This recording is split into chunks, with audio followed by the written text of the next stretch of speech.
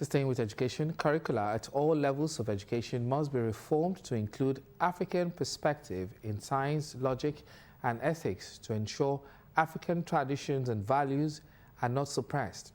A renowned Nigerian philosopher, Professor Hussaini Afisi of the Department of Philosophy, Lagos State University, emphasized this at an inaugural lecture of the institution. Correspondent Samuel Dada has the details.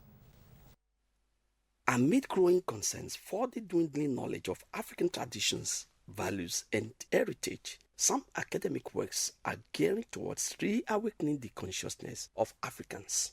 Such illustrious and patriotic academic efforts is a paper delivered by renowned Nigerian philosopher Professor Hussaini Afisi at the 108th inaugural lecture of the Lagos State University, titled The Oracle and the Open Society, Rethinking the Evolution of Authority and the Pursuit of Epistemic Justice in African Philosophical Thought.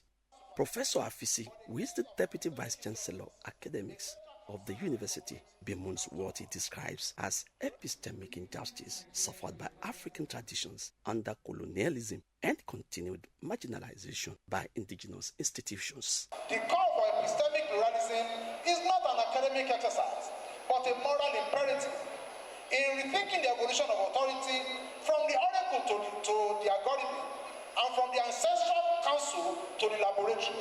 We must recognize that no tradition has a monopoly on truth. The task before us is to foster a global intellectual commons where the oracle can speak, the scientists can listen, and knowledge becomes a shared human enterprise. The Don recommends effective collaboration among stakeholders, including scholars, educators, and policymakers, amongst others, to build societies not merely informed by data, but inspired by wisdom.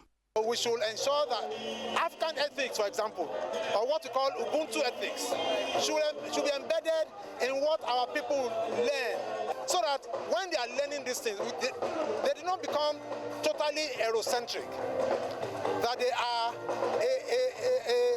a kind of triple, an heritage of a synthesis where they learn these things side by side, because we cannot also eradicate the influence of Eurocentrism or Western science or Western influence on African knowledge epistemologies anymore. The conclusion here is a proper blend and balance between the Western values and the African heritage, with the African open societies not viewed as a borrowed idea, but a subsisting and enduring legacies.